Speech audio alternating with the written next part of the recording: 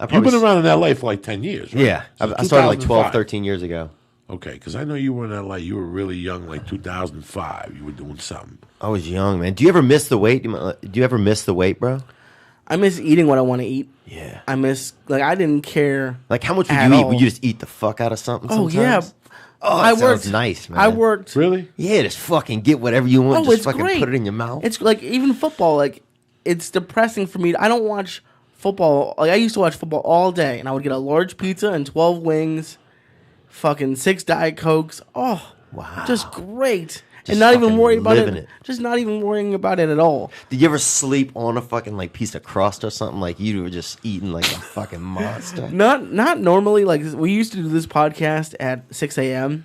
And I would work nights. Yeah, we did it for like a year for like at 6 a.m. Really? 6 a.m. And I was working nights on a TV show, so I'd go from there to here, and then I would like it'd be like 8 in the morning, and I'd be getting Jack in the Box. Damn. And like sometimes I'd just pass out. From eating it? Well, no, just from all these things. But then I would pass out, but like the wrappers would still be on my couch or something. It's terrible. Oh, okay. Because you never hear like people's like fucking eating stories. Everybody tells their weight loss story. Like I want to hear when you was just fucking hiding chocolate in your fucking cheeks, man. When you're just filling your gills up. I used to go. I got up to 315. That was the highest I ever got. Yeah. At a certain point, I was every night getting 2 packages of Reese sticks and 2 either Swedish fish or gummy bears. And Reese sticks? Yeah, those are the best. Are they good? Those are still the best. Yeah. I can't have them. But those are the best. And then either Swedish fish or gummy bears. Yeah. And just have them. And I would tell myself I would have 2 of each the next day, but it would never happen. Wow. So I eat them all, huh? I miss that. Now I have a fudgicle, and it's depressing, but it still tastes good, but it's not. It covers the spread, but it ain't what you really fucking want. That's the worst.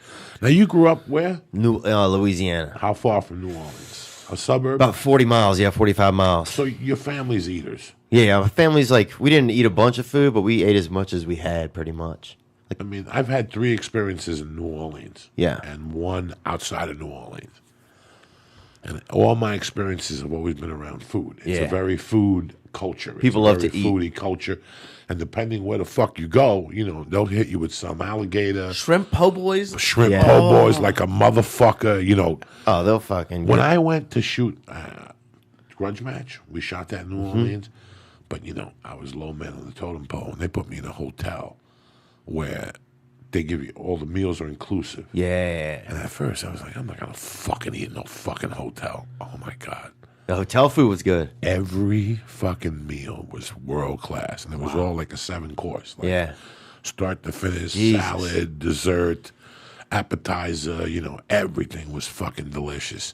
So it's a food culture. So I mean, you're in great shape. You take care of yourself. Yeah, kind of. I mean, I like. Do you eat what you want? I mean, you have a great metabolism. You work out a lot. Not as much. I wish. Yeah, I work out a pretty decent amount. I wish that I fucking started. I wish I actually ate more and like just like you would do, like you did, just like sometimes I just want to honestly just fucking.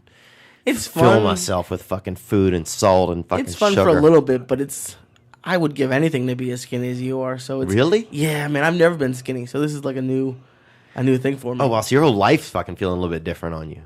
Yeah, I mean, I'm 228 today, so it's not great, but it's better than 315. You didn't look fat to me, man. I just thought, like, man, this guy, like, he's got kind of a unique shape, but he's chill. But then I was like, oh, and then if you feel fat, that's a bummer. I don't feel any different at all. But it's like, I would imagine. I'm surprised you're not fat. Like beignets? Are you serious? If I lived in New Orleans and had beignets and shrimp po' boys, fucking beignets. I've never even had one, but I just see it and it just looks.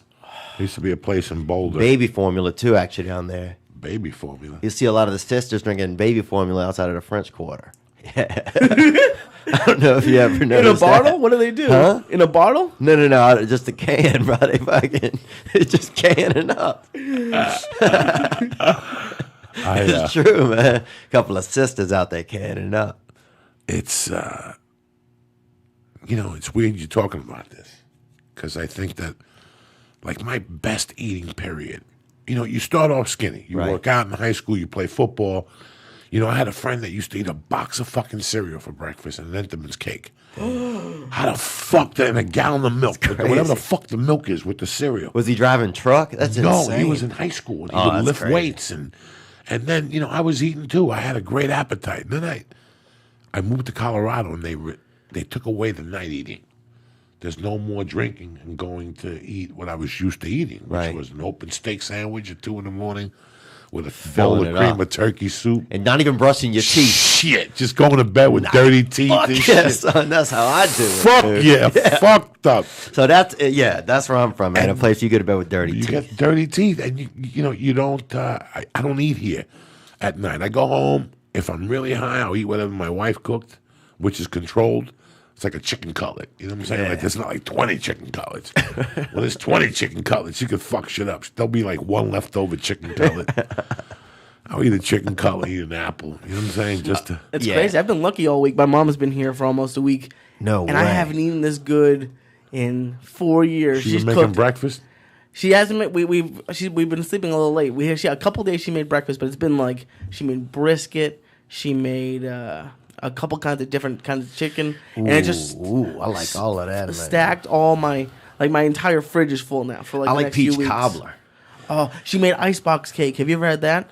All you do is you take a layer of graham crackers, and you have to get the cook and serve pudding, not like pudding cups, but you have to cook pudding, and you just do layers of pudding and graham cracker. You put it in the fridge and let it freeze up, and then put some whipped cream on it. Mm-hmm. Oh, Paula's been talking about it for 3 days. She loves it. It's so good. Sorry. Yeah, what were you saying? We used to have this game where you would fill, like, two dudes would fill their mouth with sugar, and then you slap each other in the fucking cheeks. But here's the thing, bro. It's hard to hold a whole bunch of sugar in your mouth and keep it all. And keep it all in. Well, here's the thing. It starts dissolving, but you get parched because all your moisture is going to this thing, so your body starts to dry out. So then you're basically holding the sugar in your dry mouth at a certain point, man. You feel like the desert. How old are you? I don't know. Like you was a child. Okay, like when I was like 8. Like 8, yeah, 7, 8, 11, and 14 even. 14 even. And this one 18-year-old chick. 7, 8, 11, 14. We used to have this fucking girl who was probably 14 that went shirtless, bro, since she was like fucking 4 to 14 shirtless, bro. Shirtless. Why was that?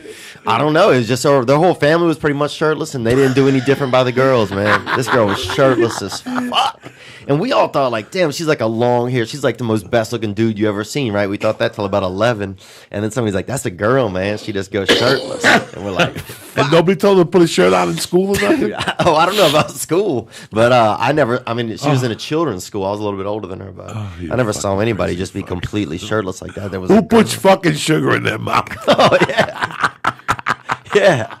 It was a cheap game, bro. It's like if you don't have a bunch of money to go do something, you fill each other's mouth up with sugar, and then y'all just got to slap each other in the cheek.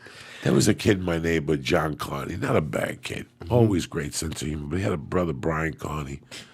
In those days, kids didn't have ADD. And they didn't have autism. You were just retarded. Yeah. Whether you had the chinky eyes or not. Yeah, you just wasn't cutting it. You just wasn't cutting it, man. And they used to torture him. Yeah, we called him God's favorite. Yeah, they used to make him drink piss. Like they'd piss in a beer bottle and close it, and then put it at the last bottle. He would take it. Can I have a beer? And he'd fucking drink it. I was never involved in this shit with Brian Carney. But was he handicapped? No, he just wasn't sharp. Yeah. He just wasn't a sharp kid. Nice kid. Always said hello, Brian Carney. But they did weird things to him. Like they used to make him eat shit. Like they pay him like $15 to make him eat a lot of like weird stuff. How much shit? I thought you meant actual shit. No. Like fill his mouth with pepper and shit like that. Then they had this other kid, the guy who they just fired from the Miami Hurricanes, defensive coordinator.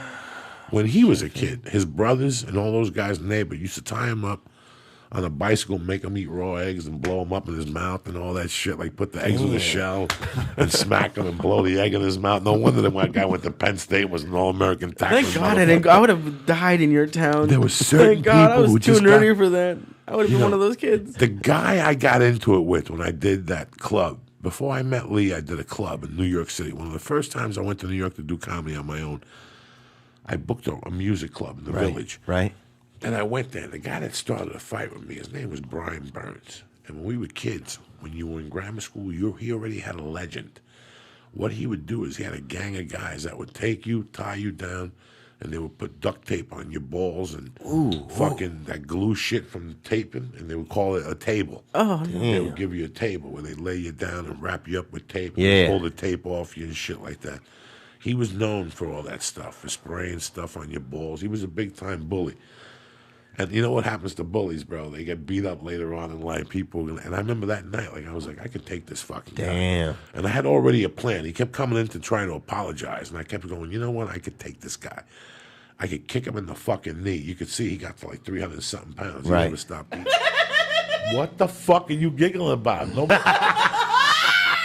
Why did you like him? What did he do? He did an error. I knew a second ago, but now keep going from where you told it, because then. You know that little forehead you got?